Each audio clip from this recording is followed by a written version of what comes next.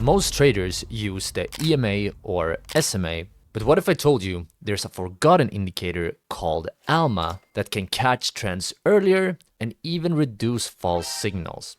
Here's the indicator that can help you make money.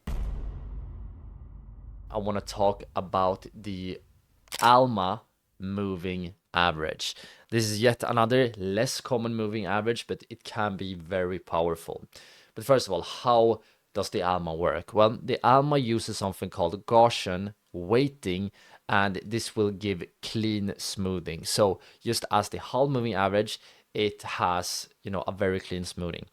And one very nice thing about the ALMA is that it's very customizable. So you can change things like the offset and sigma, and you have lots of room to affect the smoothness and the speed of the ALMA. But now, what are the pros of the ALMA? Well, first of all, it's very smooth and very responsible. Very, very nice.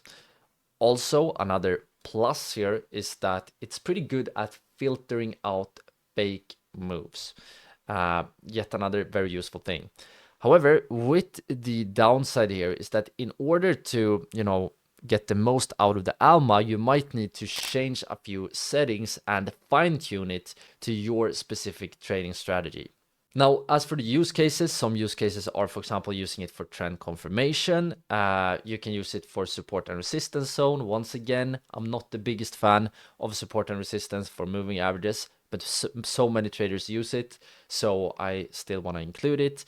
You can also use it for mean reversion. What is mean reversion? Well, when we have a moving average, many traders use it not as strict support and resistance, but as more of a sort of statistical, think of it as a statistical average where the market tends to, come back to that average. I don't have time to go into it deep in this video, but that might be something for a future video.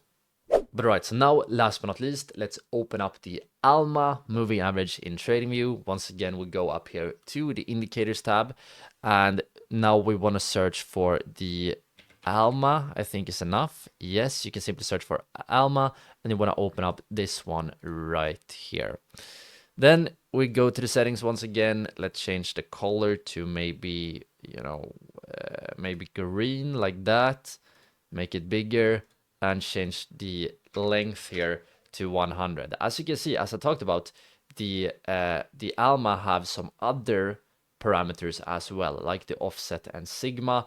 We don't really have time to talk about that too much in this video. So now let's just change the length to 100 so we get a nice comparison. And as you can see with the ALMA here, it's like not as responsive as the Hull moving average, but it's much more, at least much more faster compared to, for example, the simple moving average and the exponential moving average. Right, so this video was actually just a very short clip from my full moving average trading guide and comparison. To watch the full video, simply click or tap on the screen right here. I hope I'll see you all over there very, very soon.